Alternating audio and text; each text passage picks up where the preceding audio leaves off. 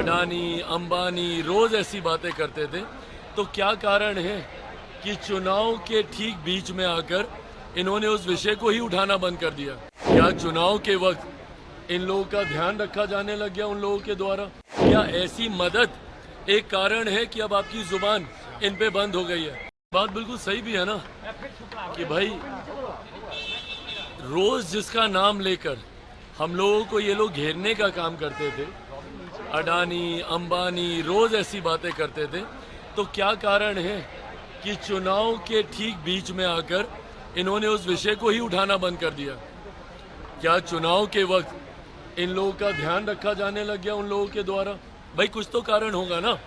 एक लंबे समय से, पिछले साल भर से लगातार पार्लियामेंट से लेकर हर मंच से कांग्रेस, उनके जितने भी घटक दल हैं, उनके द्वारा इन नामों का इस्तेमाल किया जाता था। पर आज इन्होंने एकदम इस नाम को लेना छोड़ दिया। चुनाव के वक्त भाई समझा जाता है कि कई लोगों के द्वारा मदद की जाती है। तो क्या ऐसी मदद एक कारण है कि अब आपकी जुबान इन पे बंद हो गई है?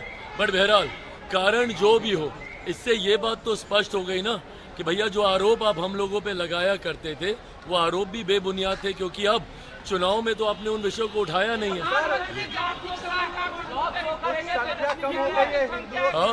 हिंदुओं की संख्या घटी है।